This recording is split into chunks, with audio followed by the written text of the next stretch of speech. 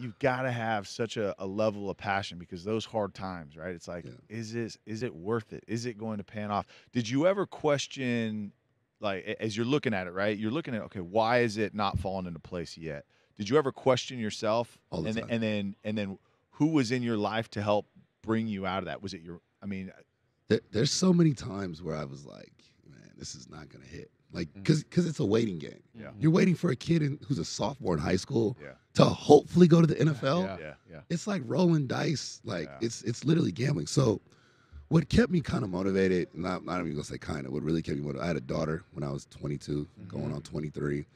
And I'm sitting on a computer. I do a lot of graphics, like a lot of the videos and the pictures on my Instagram was like, I have fun doing it. It's like my hobby. So I was sitting on my computer. I looked down. My daughter's kind of playing around, and she like looked at me in a certain type of way, and it was like that look where it was like, you have to make it. And I was like, oh shit. Yeah. Like, I really like it. Hit me like a year into her like childhood. I'm like, oh man, I can't let this person down. Yeah.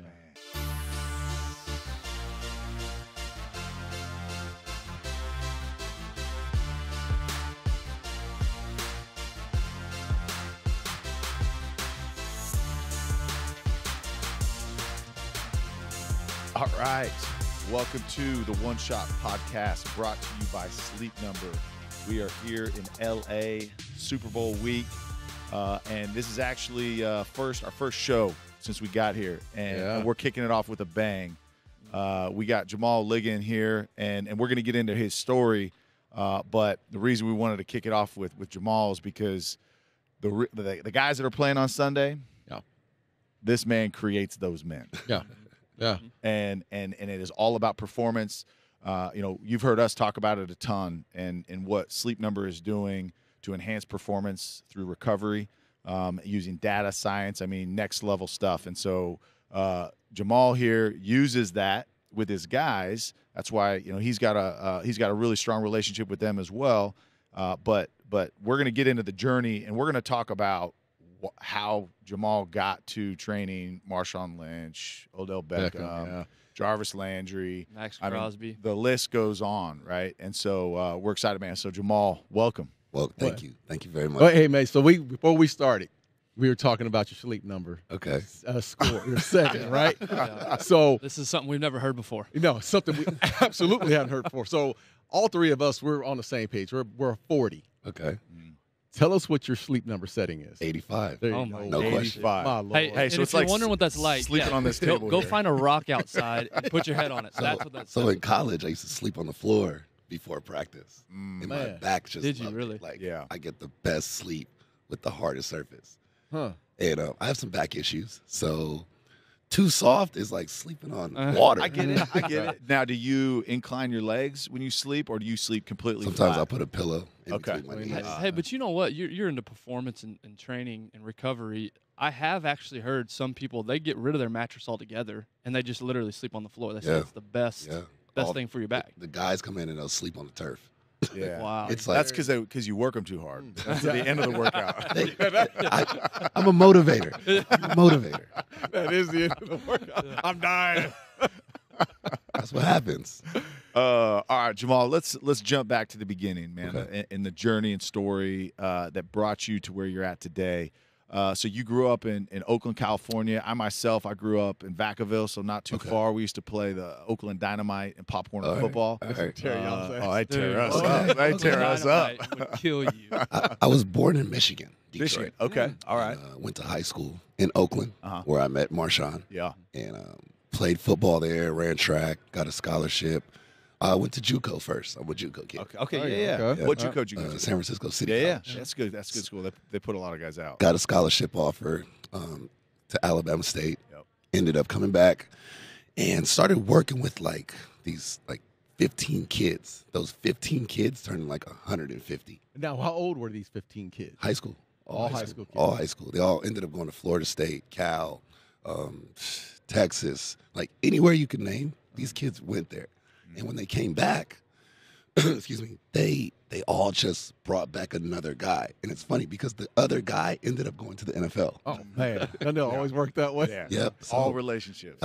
moved down to LA, and everybody's LA story is like, I'm grinding it out. And like I told you, I literally was sleeping in the gym. Like, get up at 5 a.m., train the guys at 6. They were like, man, you always here early. I'm like, yeah. It's like to beat you here. Just for you guys. And it just kept steamrolling. It turned into like 10 guys to like over like close to like 65, 70 my first couple years. Ended up breaking off from the gyms I was working at and started doing my own thing, JLT. And in the process, combine guys, more NFL guys. And I ended up meeting Odell in like 2014, 15. That story is pretty interesting. I was training one guy who was playing for the Giants, and he called Antonio Brown, Calvin Johnson, Odell, just any top receiver at the time. And he was like, these guys need you. And what happened was at the end of the workout, Odell called him back. And I was like, man, I don't care about the catch. I don't care about none of that. None of that matters. Get in here right now. Like, we got to work for today. Hung up the phone. 20 minutes later, Odell walks in. Literally, I have like 20 guys I'm training. I turn around. Everybody's like, oh, because everybody heard the story. I hung up on him. And he walks in. He's like, who's Jamal? I pointed at somebody else. I was like, nah, Jamal ain't here. I turn around, and he's like, I'm going to get this work with you. And I was like, all right, jump in the group. He's like, no, with you. And I was like, everybody's like, oh. So I was like, so the guys went over to my strength side. I had Odell. We started throwing tennis balls, training, doing ladders. And I was like, did you like it? He's like, I'll be here tomorrow. And then ever since then, it turned into Japan, Germany, London, just all over the world with him. Paris, Monaco, everything. So you were traveling with him on the road. Yeah, like when Nike would call him to do these commercials or he'd have these obligations or meetings, he wanted to still train. And that's the person that he is even to this day. Like, I have a text message that shows he got traded on November 11th, and the text message before he got traded, before it hit the internet, what time are you free tonight? Like, I didn't even know he was getting traded that day, and he was ready to just come work out. So it was like, and the same thing with Vaughn. When Vaughn got traded, he called me. He was like, what time you ready? Like, they know, like, this is what I got to do. Yeah.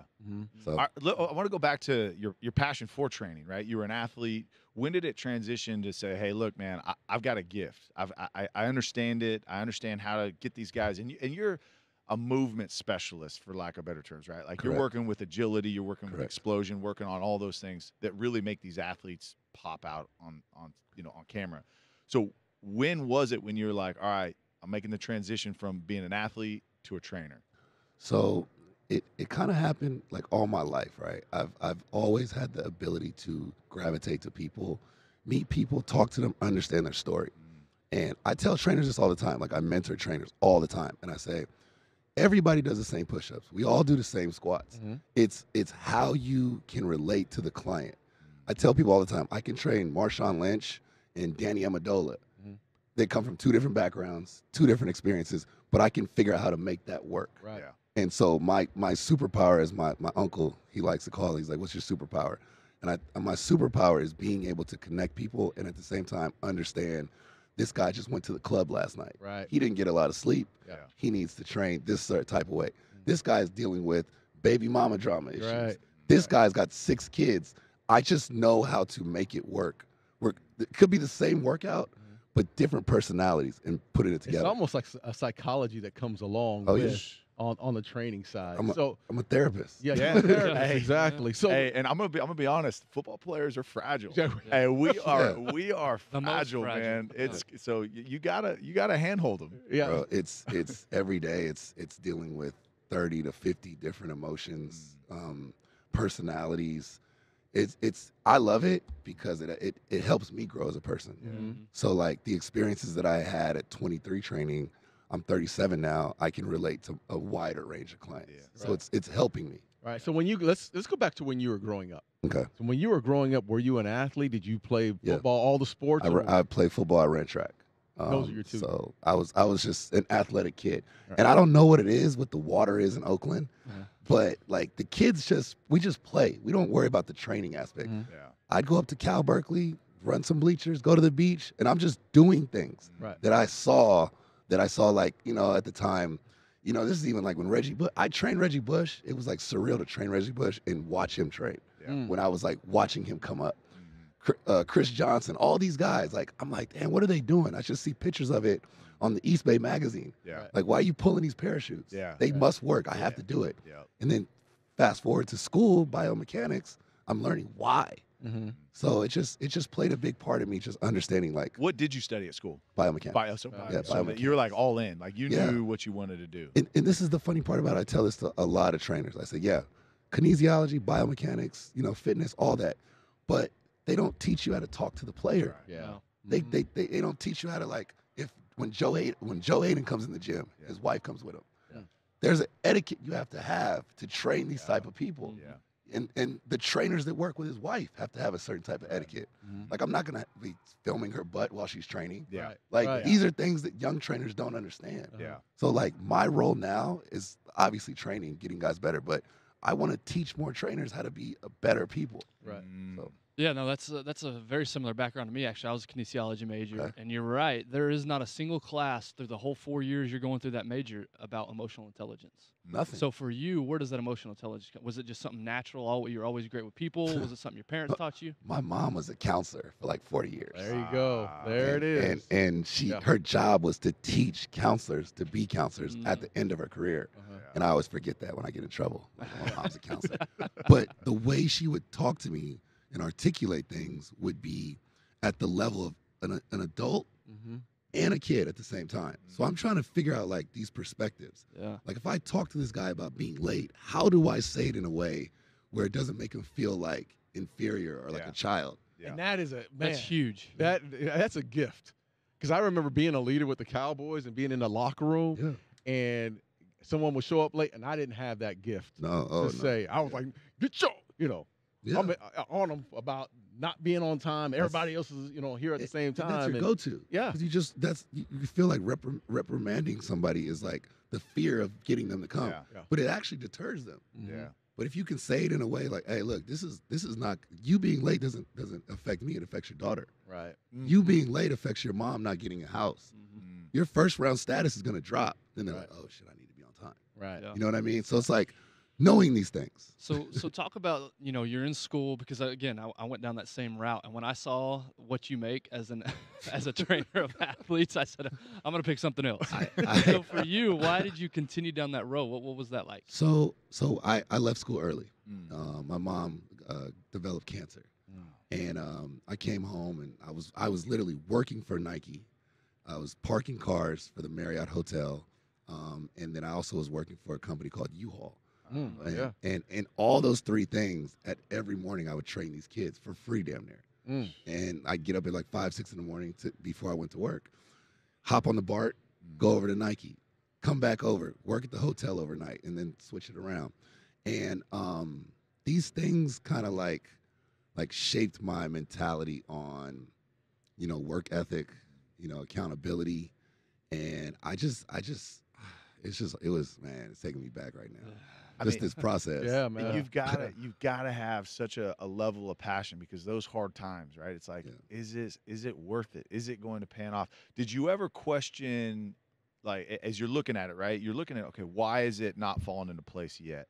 Did you ever question yourself? All the time. And then who was in your life to help bring you out of that? Was it There's so many times where I was like, man, this is not going to hit. Like, because it's a waiting game. Yeah. You're waiting for a kid who's a sophomore in high school Yeah. to hopefully go to the NFL. Yeah. It's like rolling dice. Like, it's literally gambling. So what kept me kind of motivated, not even going to say kind of, what really kept me motivated, I had a daughter when I was 22, going on 23.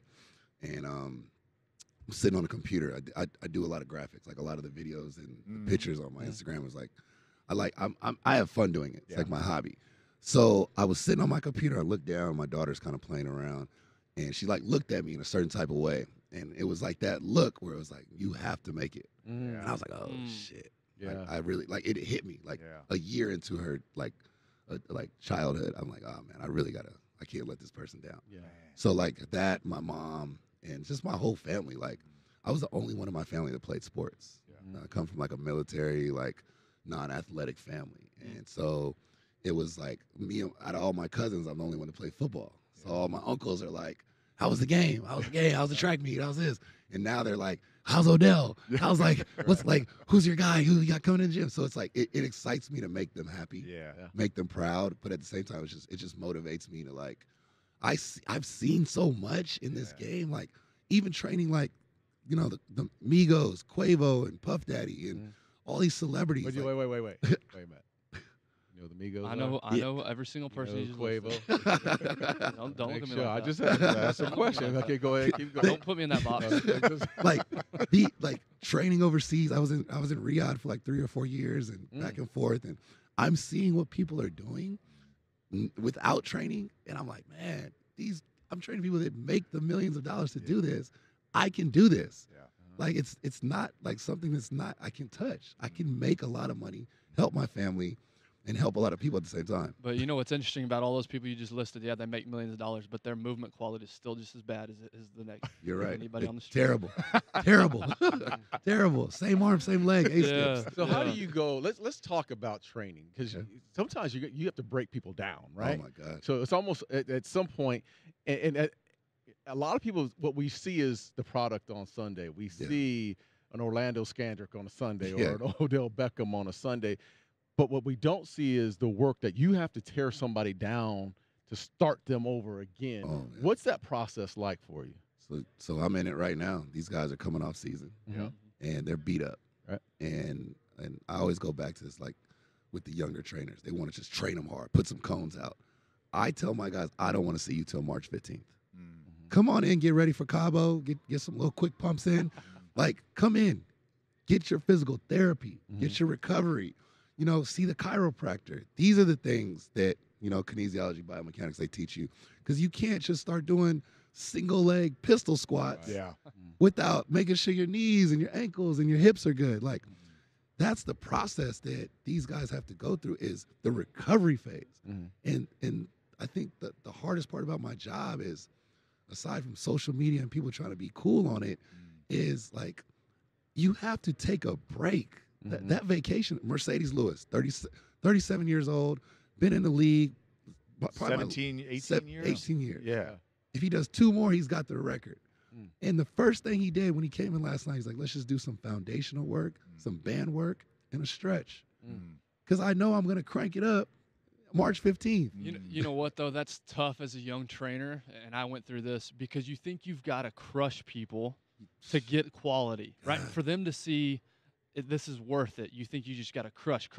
But what I love about your approach is you're taking a slow and steady, build the foundation first. That's hard. I mean, that translates to anything, right? Anything that you do is building the foundation first. But I can remember as a young trainer thinking, no, I have to give them every single thing I got from day one, or else they're not going to come back. They're not going to see the value in it. It's sad. It's sad. Relate that to, so most people that are listening are not professional athletes, right? And so how does that mindset translate in that line between, all right, don't use it as an excuse to not do anything. You're still working, still getting better, but really building that foundation, building the mobility, building the small muscles that help you on the big things. How does that translate to your everyday businessman or woman? So it's funny. So we have a large group of non-professional athletes at my gym. And what I do there is I give them their own off seasons. There's 3 things in life: your birthday, New Year's, maybe a wedding or something you have to get ready for. I train all my non-professional athletes like they're getting ready for the season. So we go hard for like 3 months. Right. And then I say, I don't want to see you. Take a break, go on vacation, chill, relax. And what that means is, it's like your body has to go through phases. If you're going to start taking yoga, you got to prepare for that. If you want to be good at yoga, you're not going to be good at it the first week. Right. And it's hard. It's not easy. Right. So what I do is I literally take non-professional athletes, I give them the mindset of professional athletes. Not professional athletes trying to make the team. Professional athletes that have been in the game like 7-8 years. Yeah. Right. So it's like when they start hearing that, and then the guys are walking in and they're like, oh, they're about to like power clean 225. And they're seeing them using TRX bands. They're like, wait, where's the heavyweight? I'm like, this is their first week here. Right. And especially if they've never trained with me. There's a big misconception about, because I don't post a lot. I post enough. Mm-hmm. And so, like, you'll see the cool tennis ball and the lights and stuff, but they don't see the 6 weeks, the first phase of OTA prep, where it's just basic foundation work. Seeing the doctor more than they see me. Yeah. So, like, when I tell my non-professional athletes this, they're mind blown. Right. And so it's also, too, I don't want to get them hurt. Right. I need you back. Yeah. Yeah, they're worthless if they can't play. I've always been intrigued with, because I know you work with a lot of entertainers Correct. that aren't athletes, right? Right. So what's their mindset when you have to work with an entertainer, like man. P. Diddy or something like that? Man. It's interesting. I kind of get a kick out of it. I get a little like, it's funny, but it's like they're a lot of times, just like professional athletes, they've had their superpower their whole life. Right. So it's like they've been doing music, or they've been like doing whatever it is their whole life. So they haven't been in that locker room atmosphere or going to practice or Oklahoma drills or whatever it is. You know what I mean? So they think because of the videos, that's what they're supposed to do, or let's go. I'm like, no, let's chill out. Let's chill out. But it's fun though. It's exciting. It keeps me interested. Right. And I like training people. Like, I don't care if you're a singer, man, woman, you're an architect, whatever. But if you have that mentality like an athlete, I want to train you. Yeah. It's the people that complain and want to push away, which I don't have a problem with either. I can break that easy. But I love the mentality that they think they have to have. Yeah. And then I love when they know what it really is. Because then it transitions even more. Right. Then they're like, oh, wow, I don't have to do this. Like, no one has to cheer me on to squat. Right. So it's funny. It's funny understanding that they don't come from this world, but they want to be in it. Yeah. Right. So you're in a world that very few people have access to, right? Right. You're having conversations with people that people look on Instagram or look on the big screen or listen to, right? And it's always so funny because everybody has this perception of who they are. Talk about like the fact that they're just real people with real struggles too. And I'm not saying like share anything, but but how real it is and how like, okay, you may think, I mean, you see like Brad Pitt walking down the road, or you see Kanye, or you see somebody like, oh my gosh, like that's so and so. It's like, man, they got their own issues just like all of us. I mean, half of my clients have, relationship issues, like regular people. You know what I mean? Like, they come in, they're like, man, my girl's on my case today. It don't matter how much money you have. Your girl is going to be on your case. And it's kind of interesting, too, because it is like a level, though. So, like, one of my clients makes a lot of money. And, I was like, hey, I was staying with him for a while. I was like, hey, I'm about to go to Chipotle. You want to go? He's like, I can't go to Chipotle. I won't make it in the door. And I was like, it didn't click. He's just a normal person. You know what I mean? I was like, all right, well, cool. I'll go grab a burrito for you. Shit. And it's like, they can't even go to Target. Right. You know what I mean? Yeah, and so it's like, damn, I didn't think about this. But then the flip side of it, I'm walking down the street in the middle of Times Square with Puff Daddy. Yeah. And he's just casually walking down the street. And I'm just like, how does this work? You know what I mean? So it's like, I think it's cool too, but at the same time, it's like, these guys go through so much, and they're under the media attention, they're under the people attention, the fans, and I feel sorry for them sometimes, but then at the same time, it's like, you have like a yacht, so it's like, can't be that bad. Hey, try not to smile while being on a yacht. Yeah. So it's interesting, like the battles that they have to go through. You know what I mean? Yeah, and that's the other side of it, right? The perspective is, they're normal people, but also that people don't give them the grace to understand what they actually have to go through. Like, trying to have dinner with your significant other, right? Yeah. And people coming up. Like, you can't just go to Chipotle and get something. I mean, one of the things for me when I stopped playing, I was actually looking forward to was like in Dallas, I was a nobody, but in Dallas, football is big, right? And that's a big deal. So people recognize you. I was looking forward to just like nobody saying anything to me. Exactly. Like just being able to go through the checkout stand and just check out and not say anything. You know what I mean? And like, and I didn't experience that high level that, some of your clients and you are now, I'm sure. And so it's crazy. And so I mean, if you're out there and you run into somebody, right, that's famous, that's whatever, give them some grace too. Like they're just a real person that just really, for the most part, probably just wants normal things. Just let them be normal. I think it's funny. I was in Germany one time with Odell. And I think they were taking us around to like these little activations. And we went to like a restaurant. And I'm standing right next to Odell. And some guy comes up. and he's with David Alaba, one of the soccer players.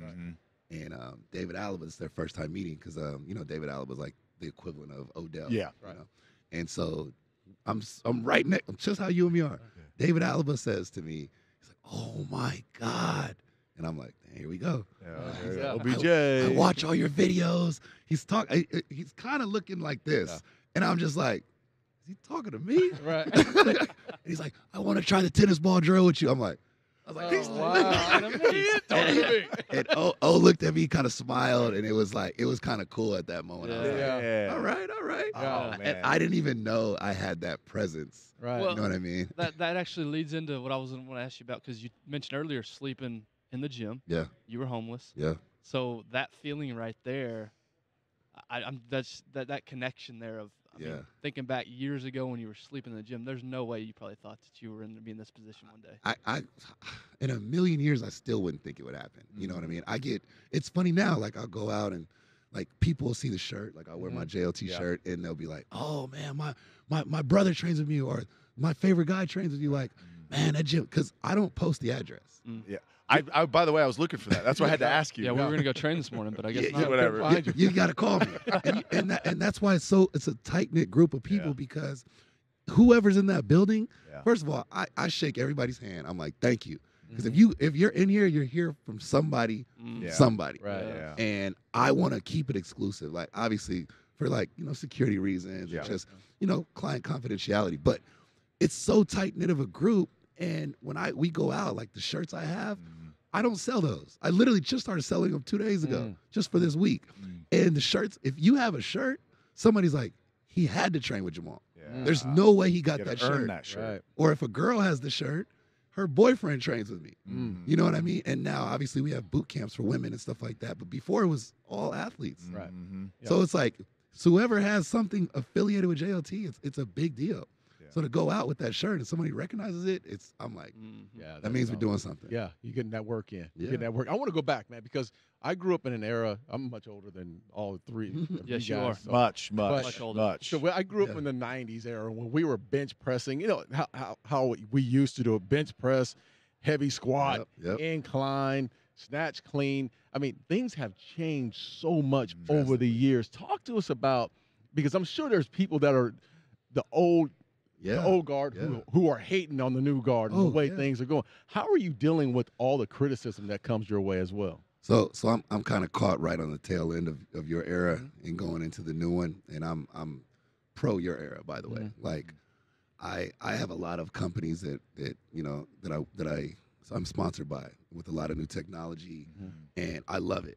And what I'm doing is trying to convert a lot of the old school people to new school, because I want them to understand that these things help these guys.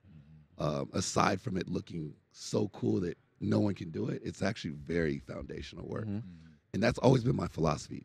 Cone drills, hills, beach work, heavy squat, heavy bench, like run fast, lift heavy. But, adding obviously the recovery aspect and, different modalities to help the guys so that they don't tear their body apart. So with that being said, is like converting this old school like group of mentality to new school training is so hard. It's so hard, especially with the new generation and social media. It's almost gonna. I think in 10 years you won't even, like, the way you used to train won't even be thought of. Right. You know. And so like it's a big controversy. I just did a coaching clinic in San Antonio. 4,000 coaches were there, and I'm talking about a product that I use with the lights with Odell, and it's like speaking Spanish. You know what I mean? It's like it's Chinese to them, and so it's like somebody like myself who does work with these athletes and has come from a background of what they're used to. Right. It's a little bit easier for them to like warm up to, as opposed to like a new 22-year-old trainer coming in, talking about something that they don't know. They're like, whatever. Yeah. But like if he's using it, it might have some type of significance. Right. Yeah. Right. Because I do think that there's something, you have to have the strength to back up, right, the explosiveness. Correct. And as it relates to injury, and one of the things that you talked about is you feel like, man, there's way more injuries today, Right. because guys are much faster. Right. No offense. No, I mean, hey, maybe not down. necessarily I on got the a clock, quick but story the game about is that. the Yeah. game is faster. Yeah, Oh, yeah, it's it's different. way But you've faster, got to way have faster. like you said, the foundation, and that's strength. Part of that is strength, right? And so you can't dismiss the foundational lifts, right? Because they're there for a reason. But they're not cool though. I That's know, the thing. That's like I love them, you love them. We grew up on them. Yeah. But it's not cool to these kids. 10 surgeries later. Let me tell you. Yeah, exactly. Exactly. And that was the old guard. I've had most of my surgeries are from bench pressing, going down past the threshold, inclining, back surgeries from snatch clean. I mean, and we didn't know what the hell we were doing. And we were putting on heavy weights, which we didn't have to do. So I want to tell one quick story because I think it really applies to this argument, because I played in an era where there were some very good football players, hands down. But I went to a Pro Bowl 3 years ago, and it was myself and Michael Irvin, and we were coaching one of the teams. Odell was on the team. B. Hop was on the team, right? And I'm watching the A.J. Green, and I'm watching these guys. This is a new era, right? I played against Jerry Rice. Damn. I watched Odell run a 7 route from behind. I'm watching. I've told you this story. Yeah. His body lean is something I've never seen before. Ridiculous. It's ridiculous. The athletes today, and I don't care what anyone says, they are a different beast. All right, I want to take a quick minute to talk about our partner, Choctaw Casino and Resort. We are really, really humbled and grateful to be a partner for them. If you've listened to this show for any amount of time, you've heard how great the resort is there, how great the casino is, the new expansion. They've doubled in size, 3,000 new slots. They've got unbelievable sports bar. They've got unbelievable restaurants, unbelievable movie theaters, arcades for kids. It is endless, the things that they've not only improved but added. But it's just the experience that they provide is second to none. Choctaw Nation has done an incredible job with the community, with philanthropy, with support. They have just done incredible things. So we are extremely humbled and grateful to partner with Choctaw Casino and Resort. Make sure, I know you know it, but it's just a short drive up 75. Go check them out. And now back to the episode. Yeah. And it's because of the way they train. It's because how they take care of their bodies. It's different. We were much stiffer group than what they are today, and it's just the athleticism just pops, and that's when I really understood, hey, this is a different beast that we're dealing with nowadays. And that's a question I have for you is with the average population, as a trainer, you measure success by, I helped them lose 20 pounds, or their nutrition was. How do you measure success when you're training an athlete? Is it simply just, hey, they had a better year than they had last year? How do you measure success? So I measure it like in 2 different ways. First, I measure it off if they come back. That's they great. Yeah.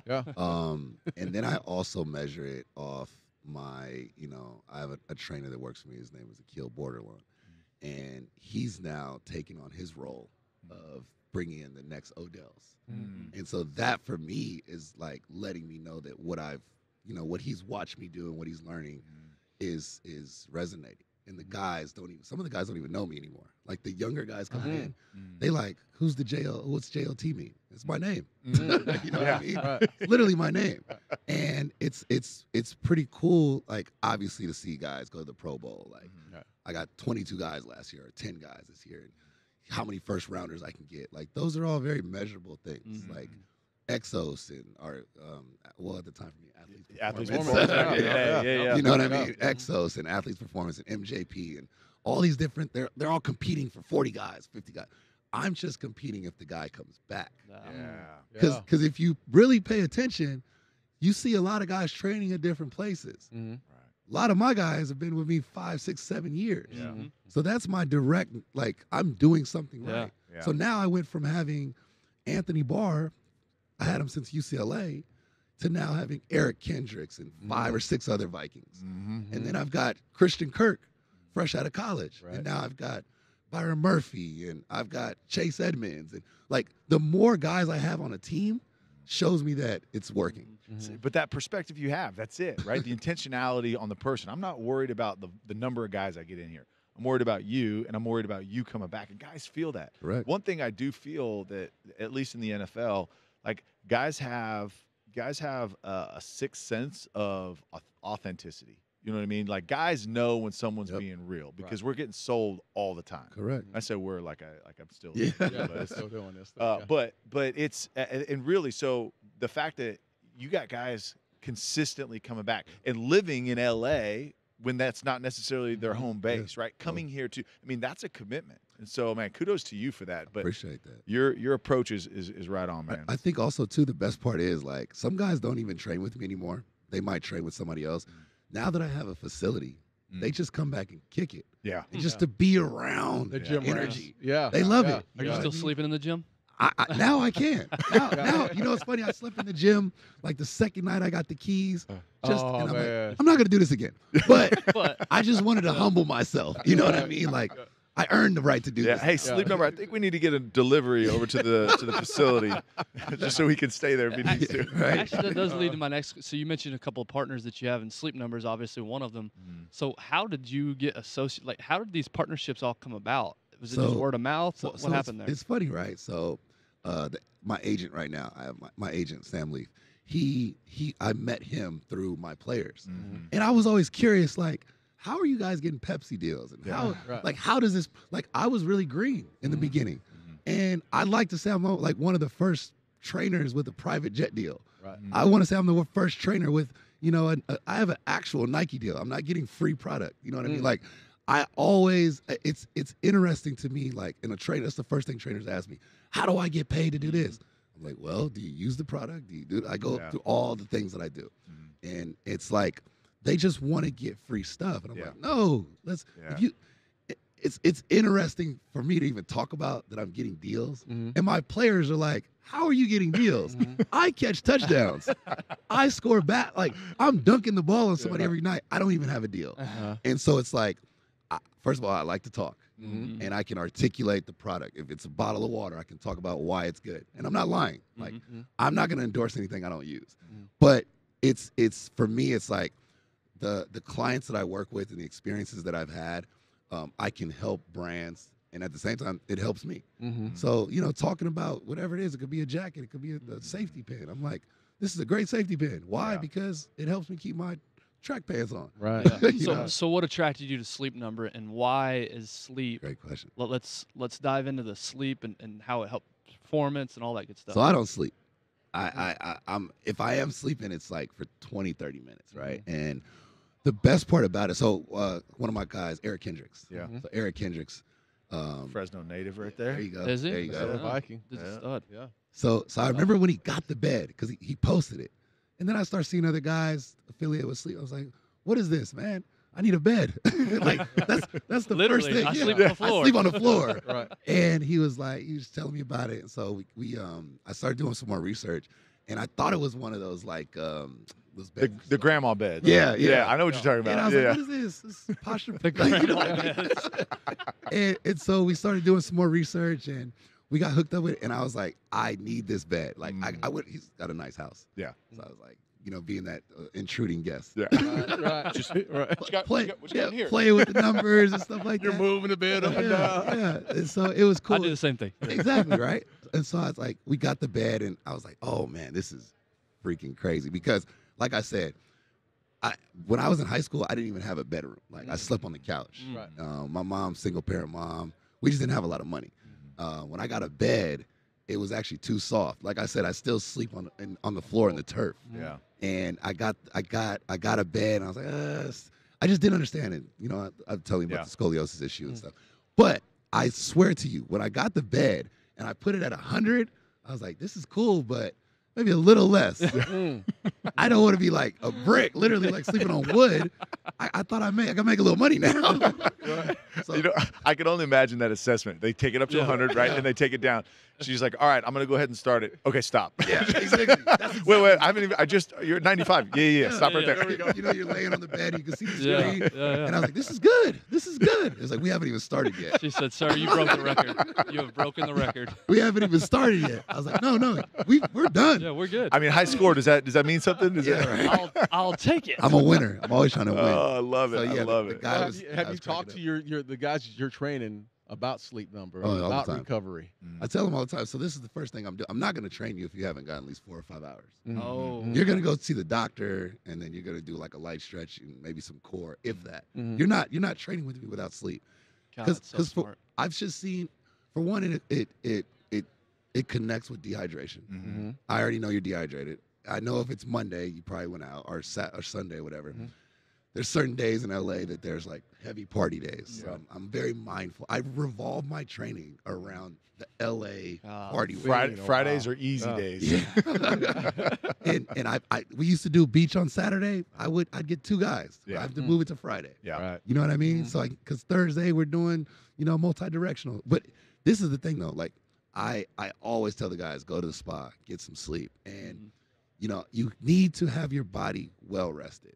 It's a staple in my training. And I've literally told some big name guys, go home. You're not training today. And the greatest thing about Sleep Number is you literally, all right, man, show me your score from last night. Like it's not like oh no, I'm good. I'm good. It's like, no, show me your score. I can see what you did. And for the average person, they need to understand exactly what you're saying. When I was in the training world, my clients would show up under, highly stressed, no sleep, and they would still expect to just go full bore. They didn't understand the connection there between great sleep and how intense that I can take this workout. It's and especially with all the technology we have, like the wearable, I can see how much you're running. I can see when your body's overheating now. It's so many different things that like help me out, and like the Sleep Number is crazy because Eric comes in, shoulders relaxed.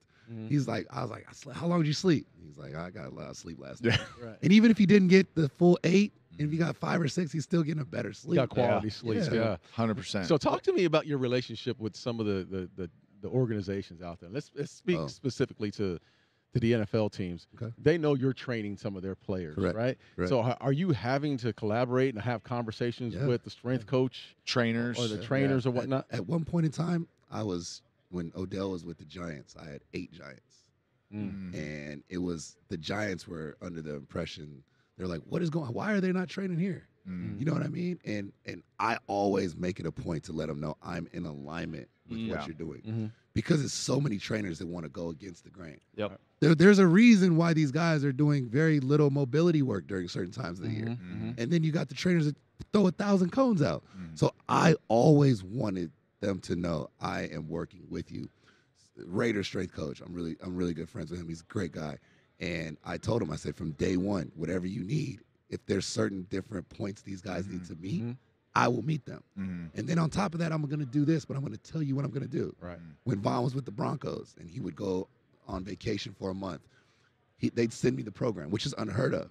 And not to send them the program so I can steal the workout, so I can make sure I'm in alignment with what they're doing. And I know a lot of my guys, and you guys know when you guys leave the last game or the last meeting, your strength coach might ask you, where are you training at? Right. And so now, like, I'm in probably 18 different locker rooms awesome. Where they're like, I'm going to the JLT guy. And it used to be like, what does he do? Now it's like, you're good. Yeah. So that says a lot. Oh, that's the biggest compliment you could get. I love that. I love that because I'm not trying to go against the grain. I'm not I'm not this rebel trainer that wants to like be better, reinvent the wheel. Yeah. Like I'm not that guy. So. Yeah. I know we got to wrap up here soon. So what does the future look like for JLT and for you personally? Well, I'm a year and 2 months into my first facility.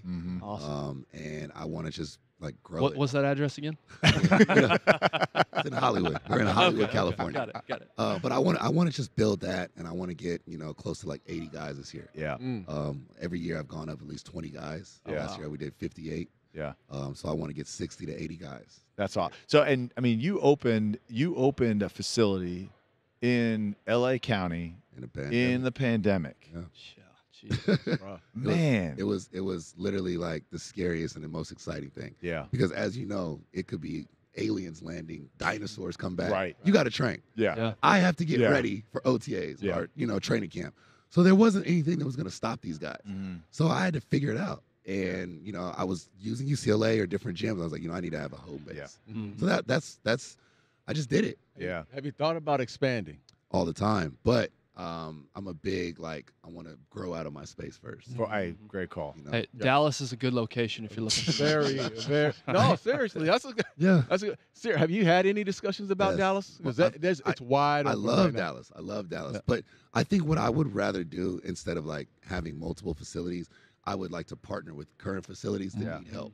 Yeah. Because all it is me saying, hey, I'm affiliated with this place. You should train here. Yeah. Right. And 10 NFL guys will go there. Yeah. From 0 to 10 that quick. Yeah. So if I can affiliate with different places, I mean, my love is overseas. Like, I love soccer. I love soccer. Oh yeah, my man. I would love to go overseas for a year and build something over there, Right. you know, and have LA as the home base. And that would be my goal. Right. You know? Like, hey, well, listen, we got a few minutes here. I got one more question for you before we go. What is the difference in training different athletes, whether it be NBA players, football players, soccer players, baseball? Is there a true difference? And I'm asking for two reasons, because we're starting to see a lot of young athletes be specific in how they're training for that sport as kids. Talk to us a little bit how, as a young kid, how these kids should go about training. Okay, so I think to answer the first part, there's and this is no bias because I train a lot of football players. Football players, I think, are the only people that are very open to training like all different types of ways. Yeah. They'll get in the pool, they'll do yoga, they'll whatever it is you tell them they'll do. Yeah. Basketball players, track, you know, a lot of like club type sports. They're very specific on how they train. You're going to do more positional training than performance training, as opposed to like, you know, like NBA, yes, they're with their shooting coach a lot, but they still do performance training. So training young kids, the first thing I would say for all the younger generation is get stronger. Yeah. Get faster. Worry about that, because you already know if you run fast, they're going to get you. Yeah. If you're strong, they're going to get you. Yep. And you're 6'2", they're for sure going to get you. But the thing I can say for younger kids as far as training is, yes, whatever sport you're in, take advantage of it, learn the skill set. But the performance training of it is, I think, 99% of the battle. Getting stronger, learning technique. I know so many kids that don't even know how to hand clink. Yeah. You know what I mean? Yeah. Like, learn technique, learn speed development, get the specific hip flexors, the body parts that you need to get faster, get those stronger and faster. And how old are you encouraging this? What age? I really don't telling have kids don't start lifting weights until their sophomore year, really. Sophomore year. Like ninth grade, you kind of run with body weight, but like you need to start getting stronger, like sophomore year, high school. Yeah. Well, it's what you said. It's building the foundation first. Correct. Right. Correct. Strength is never a weakness, I've heard before, and so building that foundation, making sure it's built on a good base, as opposed to going in there and just trying to attack it. Oh man, Jamal, appreciate you, man. That was fun. That was a lot of fun. You All right, I want to throw out your social media so people can follow you, and then how they can find your gyms if you're in the LA area. And Can't say that. Yeah, I can LA go to the area. website. Go to the website. Right, there's no So address. my Instagram is Jamal, Jamal, last name Liggin, Liggin, and my gym is JLT Performance Gym. So you can go on there, and then obviously the website is www.jlttrain.com. And if you buy something, they'll give you They'll get you the address. Give you the address. There you go. But yeah, you can find me at these locations, and I send DMs back, I follow back. If you know what I mean. I'm real excited to work with trainers. Love it. I just want people to just know what I'm doing. Man, we started this podcast, One Shot Podcast, man, and we look at it as you got one shot in life. And brother, I'm listening to your story right now, Jamal. You took advantage of this one shot that I had you no have. choice. Man. Yeah. Appreciate you, appreciate brother. you guys. All the best, man. Let's Thank you. let's connect offline. Yeah, definitely. Thank you, guys. Appreciate you, Jamal.